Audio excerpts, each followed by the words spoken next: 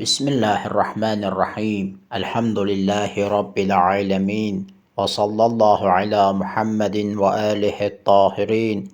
Ve la'nud daim ala a'daihim ecma'in.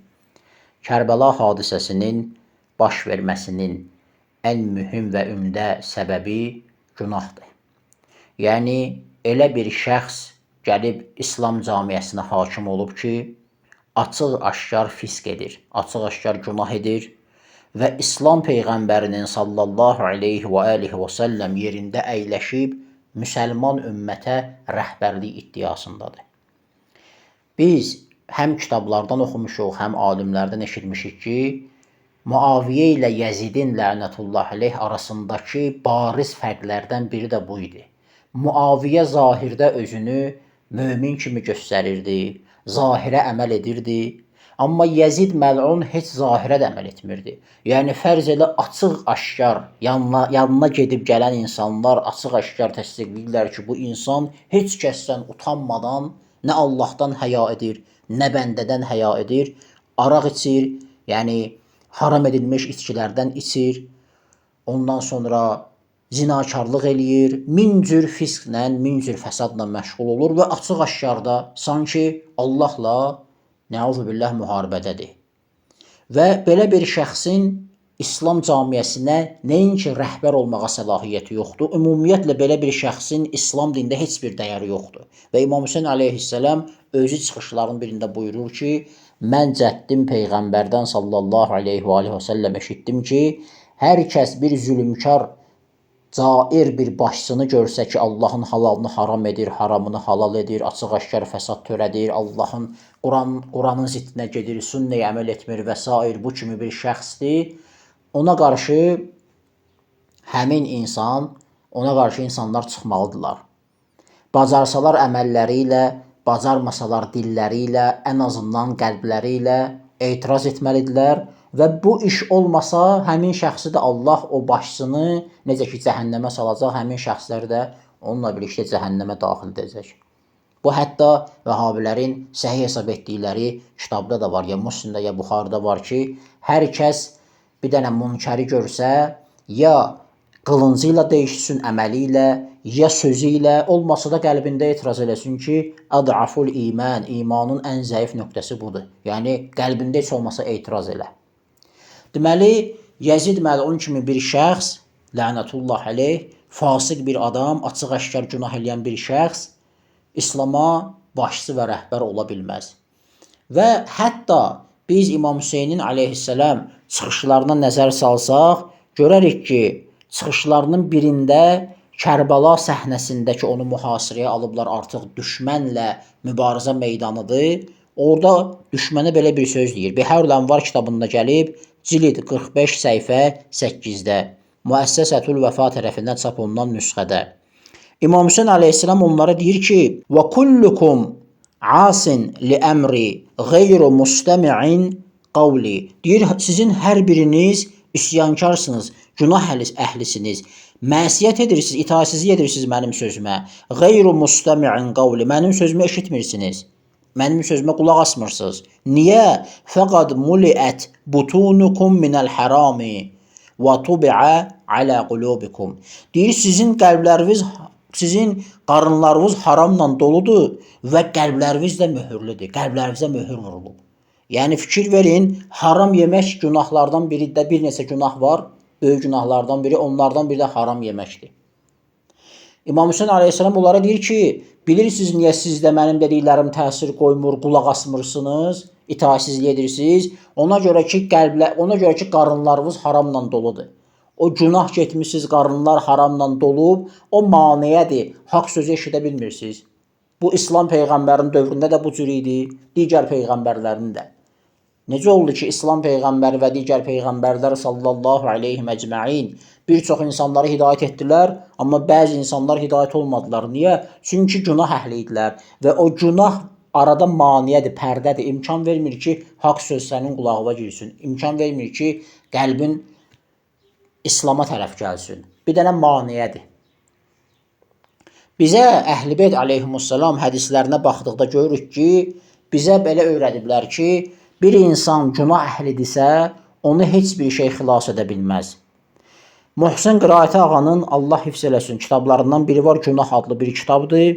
İnşallah bu kitabı gələcək günlərdə nəsib olsa oxuyarıq və çox faydalı və bərəkətli kitabdır. Bu kitabda bir rivayət qeyd olunur ki, həmin rivayət elə Biharul Ənvarda gəlib, Əllamə Məzlisi rahimehullah gətirib 22-ci cild səhifə 175-də. Bir nəfər İmam Səccadə əleyhissalam deyir ki, İmam Hüseynin oğluna, Kərbəlanın şahidi olub o da. Deyir ki, İnnəkum əhl-i beytin məğfurun ləkum. Siz deyir, bağışlanmış əhl-i beytsiz. Siz Allah bağışlayıb. İmam Səccad əleyhissalam ona bu sözün cavabında deyir ki, bizlərdən hər birimiz yaxşı iş görsə 2 qat savabı var. Günah işə mürtəkib olsa, günah iş görsə də 2 qat əzabı var. Yəni İmam əleyhissalam bildirir ki, sən elə düşünmə ki, biz Peyğəmbər əhl-i beytiyik və Allah bizi bağışlayıb, bundan sonra hər nə etsək, üçün Peyğəmbərin əhl-i beyti, Peyğəmbərin bərəkətindən biz bağışlanmışıq. Bizə əhl-i beyt əleyhissalam belə öyrədib. Bir halda ki, əhl-i beyt özü etiraf edir ki, bizdən hər kim günah etsə fərzən yəni imam demək istəmir ki, biz günah əhli, yox. Biz etiqad edirik ki, imamlar məsumdur əleyhissalam. Fərz edək ki, yəni arxayın olmayın ki, biz əhl-i beytdənik, biz nə etsək, bizə hər şey olar, Allah bağışlayıb, xeyr. Bir halda ki, bu bizə dərsdir, bir halda ki, əhl-i beyt bunu deyir, bu sözü deyir, onda bizim kimi adi insanlar gör nə etməlidirlər. Ona görə də günahdan hər fürsətdə, hər vaxtda çəkinmək lazımdır. Və düşünməyək ki, biz yaxşı işlər gördük və Allah da bizi bağışladı və heç zaman biz, deməli, günah əhli olmarıq. Nə günah desək Allah bağışlayar. Vəhabilərin əksinə olaraq. Vəhabilərdə görürsünüz ki, əhl-i beytdən uzaq düşdüklərinə görə bizə əhl-i beyt əleyhissalam belə öyrətdiyi halda onlara alimlərini öyrədir. Onların alimlərinə müraciət eləsəniz, deyirlər sahabilər ki, Qur'an-ı Kərim xətm olundu, sahabilərin haqqında, bəzilərinin haqqında gəldi ki, Allah da onlardan razıdır, onlar da Allahdan razıdır. Deyirlər vəssalam, bağışlanmış insanlardır. Allah onların günahlarını bağışlayıb. Savab işlər görmüşdülər, o savab işlər onların günahını yuyub aparıb. Quran xətm olunandan sonra hər nə günah edirlər etsinlər, deyirlər Allah onları cənnətlə müjdələyib Quranda. Allah Teala buyurur, onların fəziləti barədə وَسَابِقُونَ الْأَوَّلُونَ مِنَ الْمُهَاجِرِينَ وَالْأَنْصَارِ. Yəni ayrıca Allah Subhanahu taala kimlər ki ən birinci İslamı qəbul ediblər, xüsusən mühacirlərdən, Məkkəlilərdən, xüsusən ənsarlardan, Mədinəlilərdən. Onları tərif edir və həmin ayədə Allah Teala bildirir ki, Allah onlardan razıdır və onlar da Allahdan razıdır. Neçə yerdə Quranda Allah sahabelər barədə danışır. Bu şahiddir ya Allah Teala. Deyir, mən onlardan razıyam. Onlar da məndən razıdır. Və bu artıq böyük təskiyedir, böyük tərifdir. Halbuki yalan deyirlər, səhv deyirlər. Onlar ayələri düz başa düşmürlər. Onlara alimləri düz başa düşmədiyi üçün düz də başa salmayıblar. Misal üçün gətirdikləri ayələrdən biri Fəth surəsi 18-ci ayədir. Allah Azza və Cəllə buyurur: "Əuzu billahi minəşşeytanirracim. Bismillahirrahmanirrahim. Laqad radiyallahu anil mu'minina iz yubayi'unaka tahtaş-şəcərə." Deyir Allah Azza və Cəllə ağac altında beyət etdikləri zaman möminlərdən razı oldular. Baxın Allah əl-müminin deyir. Möminlərdən razı oldu. Mömin sözünü açıb xırdalamaq lazımdır ki, hətta onların mənbələrinə əsasən, onların hədislərinə əsasən mömin nə deyirlər? Bunlar elə bilirlər ki, Muaviyə gəldi, bir dənə beyət elədi, nə bilim, o gəldi, bu gəldi, beyət elədi. Bu oldu mömin və bu dünyadan imanla gedir, sahabidir. Allah bundan qiyamətə qədər razıdır. Hər nə eləyir eləsin, qiyamətə qədər razıdır.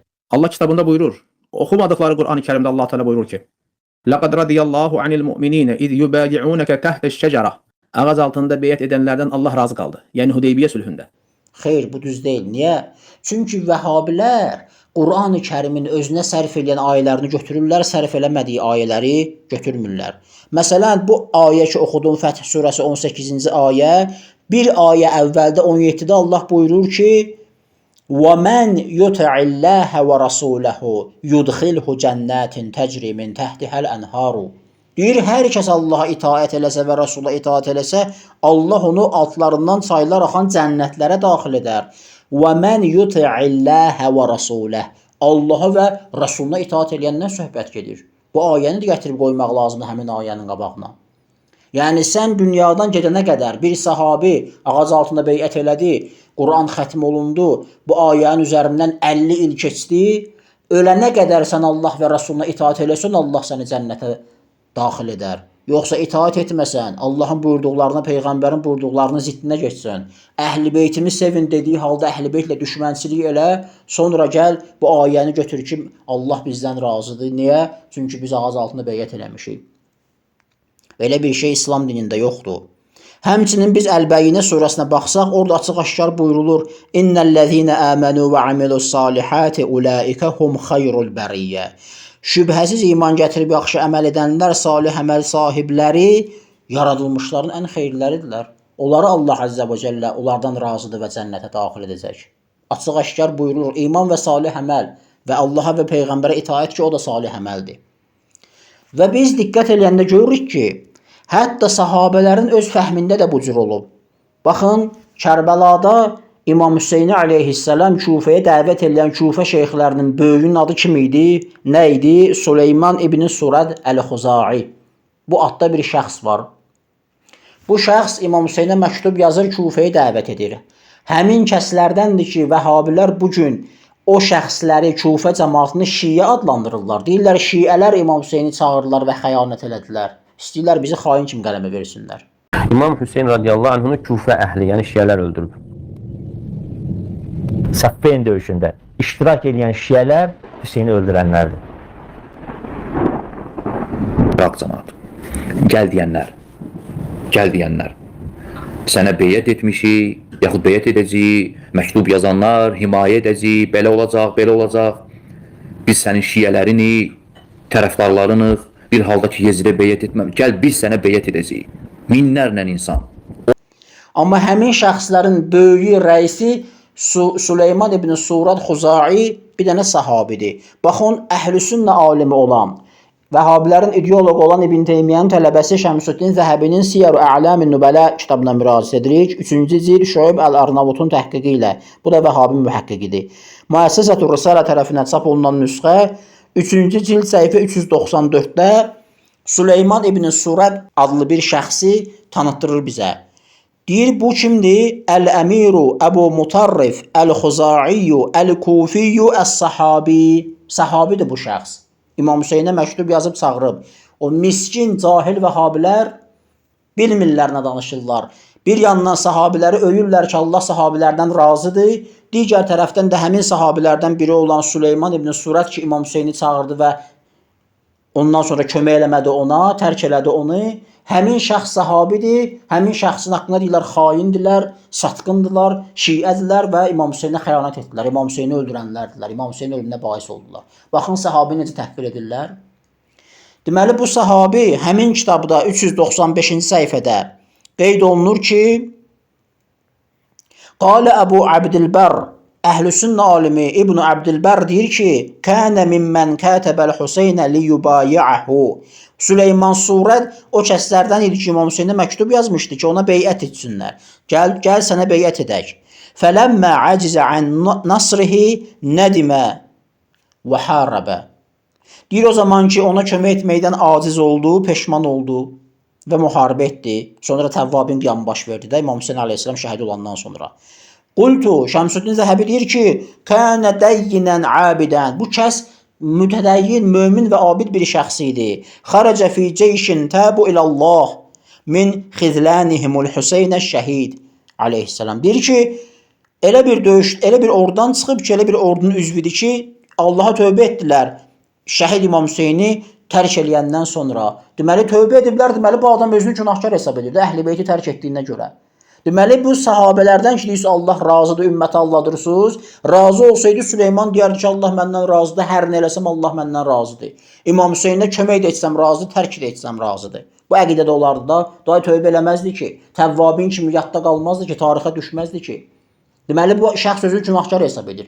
Deməli, Vəhabilərin batil fəhmi ilə deyil ki, bir dənə beyət elədi və salam, geçsin, kef eləsin, elə şey yoxdur. Süleyman Surad Xuzai, özü sahabidir, belə fəhm edib ki, mən İmam Hüseyni aleyhisselam tərk etdiyimə görə səhv iş görmüşəm, günah etmişəm, tövbə edirəm, sonra tövbə edib. Vəhabilər isə bu sahabını təhqir edirlər. Deyirlər ki, İmam Hüseyni şiələr tərk etdi.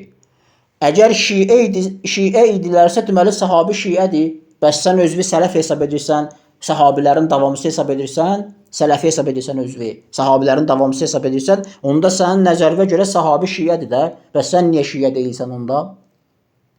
Və digər tərəfdən siz sahabini artıq təhqir edirsiniz, xain hesab edirsiniz, satqın hesab edirsiniz. İmam Hüseyni əleyhissalam öldürənlərdən biri hesab edirsiniz. Və deyirsiniz ki, İmam Hüseyni çağıranlar Siffeyndə İmam Əlinin əleyhissalam ordusunda olanlar idi. Bir də Süleyman ibn Surad Əl-Xuzai. Deməli, sahabini təhqir edirsiniz. Lazım gələndə sahabini təhqir edirsiniz. Sərf eləməyəndə deyirsiniz ki, biz sahabiləri sevirik, şiələr isə sahabiləri təhqir edirlər. Bax, budur vəhabilərin iç yüzü. Özlərinə sərf eləməyəndə bu cür deyirlər, özlərinə sərf eləyəndə başqa cür deyirlər. Bu məsələ həm də onlara başqa cəhətdən bir zərbədir, başqa batıl əqidələrini üzə çıxardır. O da budur ki, onlar deyirlər, hakimə qarşı çıxmaq olmaz, amma sahabi hakimə qarşı çıxıb. İmam Hüseyin əleyhissalam şəhid olandan sonra özü bir sahabidir həm də. İkinci sahabi də Süleyman Surad Əl-Xuzai İmam Hüseyin əleyhissalam şəhid olandan sonra zamanənin icra başçısı olan Kufədə İbn Ziyadə qarşı çıxdı. Dolayısıyla Yezidə və hakimiyyətə qarşı çıxdı. Və bu vəhabilərin batıl yolda olduğunu göstərir. Velhamdülillahi Rabbil aləmin və sallallahu alə Muhammedin və alihi tahirin.